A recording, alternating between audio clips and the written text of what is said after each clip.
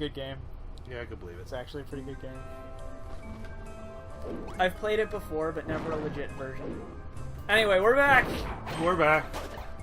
I really like Song of Grisaya. One of my weeb friends gave me a knockoff version of it like 6 years ago, and I loved it. And now I kind of want to buy an actual legit version, and all the sequels, and all the terrible spin-offs.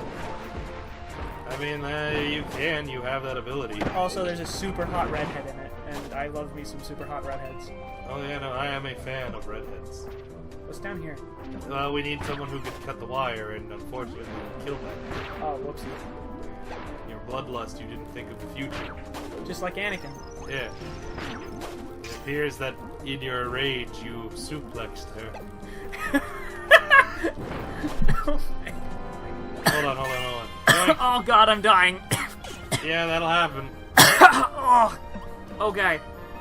So, I am probably not in very good shape today, and I would like to inform all 2 of our watchers as to why. Basically, today, like, it's summer in Canada, and it actually gets kind of hot.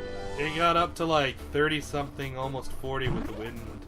Yeah. And anyway, today is the day when I do all of my fucking chores and shit, right?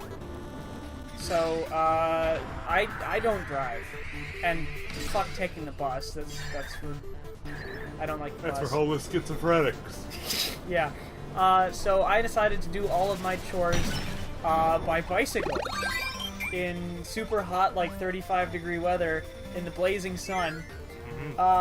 And by the time... That's Celsius, by the way, for anyone who happens to be in America. 35 Celsius, which is...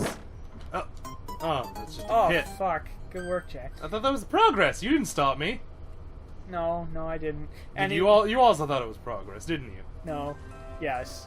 Anyway, basically, by the time I got to Jay's, I had biked 50 kilometers today. And in order to get home from Jay's, I will bike an additional 15. Yeah. No, 55 kilometers. And an additional 15, which will bring me up to a full 70 kilometers biked today. Which is pretty ludicrous. Human standards. To which my response is, why burn off a couple calories a day, like a couple hundred calories a day like a loser, when you can burn off 2,000 in one day and just not have to do anything for the rest of the week? I was gonna say, why burn off 100 calories a day when you can burn them all off at once and then become a stick and die?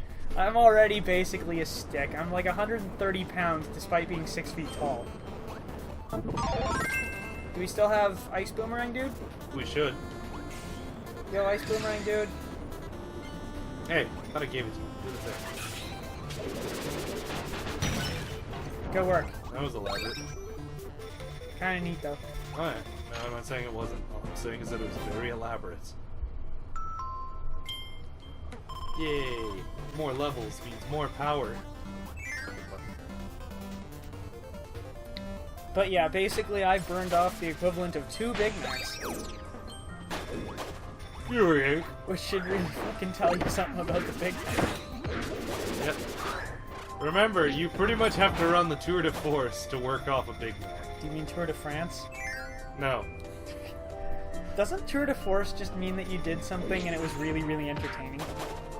I mean, it means Tour of Force, so technically, originally, I think it actually meant you went to war. Yeah, you have to fight an entire war to burn off a Big Mac. Kind of sounds more impressive than what you were saying, doesn't it? Yeah. I don't know, man. There's probably been a lot more people who have survived the war than fucking biked the Tour de France. Yeah, but I'm pretty sure there's more people who have biked several thousand kilometers that have survived the war. What? I don't know. Do you mean more people have died in war than have biked the kilometers? I don't know what I meant. Well, good. I lost track of my train of thought a while ago. Okay then. I'm very tired. And I'm the one who's dying of fucking heat exhaustion. Yeah. Well, like, I don't know, I got problems. Anyway, most of that was in order to find a birthday present for a friend. I really fucking hope she appreciates it. Did you find it? I did find it. Oh, that's good. How the bloody hell do we get up here? From above, most likely. Yeah, I guess.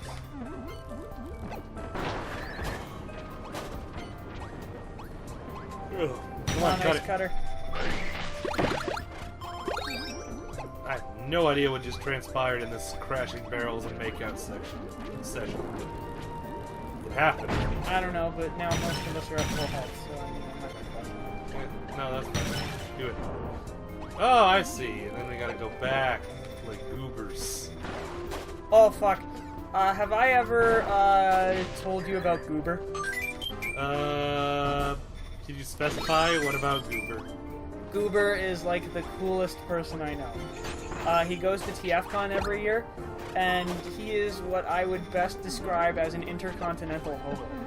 Oh! This is the dude you said just showed up in North Korea. Yeah, fuck. He has actual pictures of him in North Korea. It's great. Like, I have no idea how he got in there or how he got back out again. He just hitchhiked across the DMZ. Yeah, right across the DMC. Yeah. Fuck. The only song I really know about them is the cover with Van Halen, or not Van Halen. Fuck. So you thought band? I thought game series. Yeah, I thought band. Yeah, he just hitchhiked all the way across Devil May Cry. Yeah, he met Dante. I mean, I wouldn't be entirely surprised if he met actual Dante. Like the guy who wrote the Inferno book. I thought he went to the Inferno. Yeah, but he was also the author. It was shameless self-insert. It was all a terrible fan fiction. I thought it was a not so subtle go fuck yourself to the church. Yeah, and it was also terrible fan fiction. In fact, he put in a chapter about how this one guy was gonna like ascend to the highest plane of heaven because he had like a plan to fix the church. Yeah. And then he totally failed to fix the church. Oh man. Also, he had this huge fucking hard-on for Virgil, that guy who wrote that terrible addition to the Odyssey and the Iliad. Well, I mean... The Aeneid, I think it was called? Yeah, it was pretty much a fan fiction. Yeah. And basically, a fair chunk of the Dante's Inferno is just him meeting Virgil and just gushing over how much he loves all his work and how great he is. How does fictional Virgil respond? By saying that Dante is a pretty cool dude, and then they hang out together for a while. It is literally fan fiction, Jay. I don't know how to better describe it. I'm not saying you're wrong. I'm just saying I love how petty its existence is. Oh, it's great. Like, a lot of things change over time, but human nature stays the same. Yeah, no. I mean, it's in our nature to be petty assholes, and nothing will ever take that from us. Yeah. Fuck. World War I happened because some random-ass dude died, and everyone decided to stick to their fucking alliances. I mean, doom the world. I was gonna say, it gets even funnier when you remember that guy only died after a series of hilarious accidents. Yeah, like his driver getting completely lost. Yeah, like it was a coincidence. Those fucking assassins had no way of knowing. There's an apocryphal story, that is to say no one knows if it's really true or not, and we strongly suspect it isn't.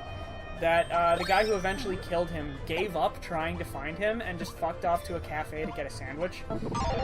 I want to believe it's real just because it's funny. I know. And then the driver got super lost and went in front of the cafe. And the dude's just like, awesome! And yeah, just takes the shot he's given.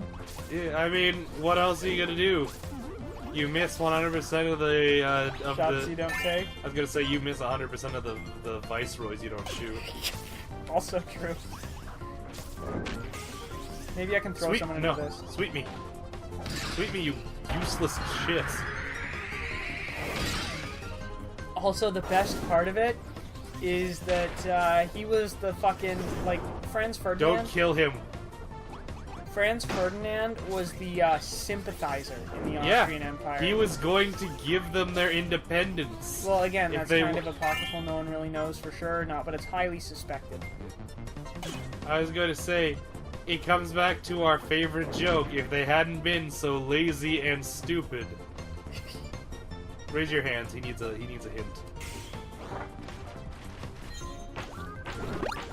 Oy vey, these. Do the lightning! My God, okay, so I had to raise my hand so that he knew how to raise his hands. Not a smart sequence of events on anyone's part. Nope. Wait, how? What? Don't look down. What? It's a Wile E. Coyote situation. Don't look down. Fuck off.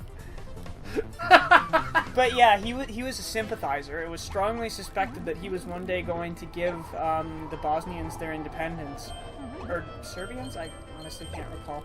The difference, while wars have been fought over it, I was gonna say, it was some sort of Balkans, and all I have to say is, of course it was. Yeah, just like, fucking, not Kaiser Wilhelm, who's the famous German, he had the ship name Otto von Bismarck. Yeah, Bismarck. The world is a powder keg, and it's gonna be some damn fool thing in the Balkans that sets it off. I mean, to his credit, he was absolutely correct. It was a dumbass thing that happened in the Balkans that set the world on fire and then caused everyone to die of the flu. Emphasis on dumbass and Balkans. Yep. And then everyone died of the flu. Yep. Which is just the best part. Well, there was also all those guys who died of fucking French rot. Yeah, more people died of the flu. Pull the things, ignore the boss. Oh. Right. Okay. Yeah, he ended up having to fall that place. Well, it worked the one time, and that was pretty great. Oh. Help, friend. Oh, he's still alive. Why hasn't anyone dealt with that? I dealt with it. Me and Bonkers. Took a while. Best characters.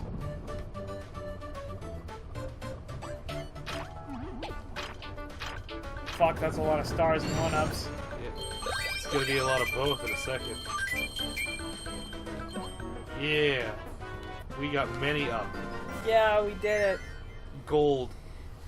But yeah, World War I mostly happened because people are dumbasses. World War II happened because of how many telephone poles Germany was allowed. Wait, what?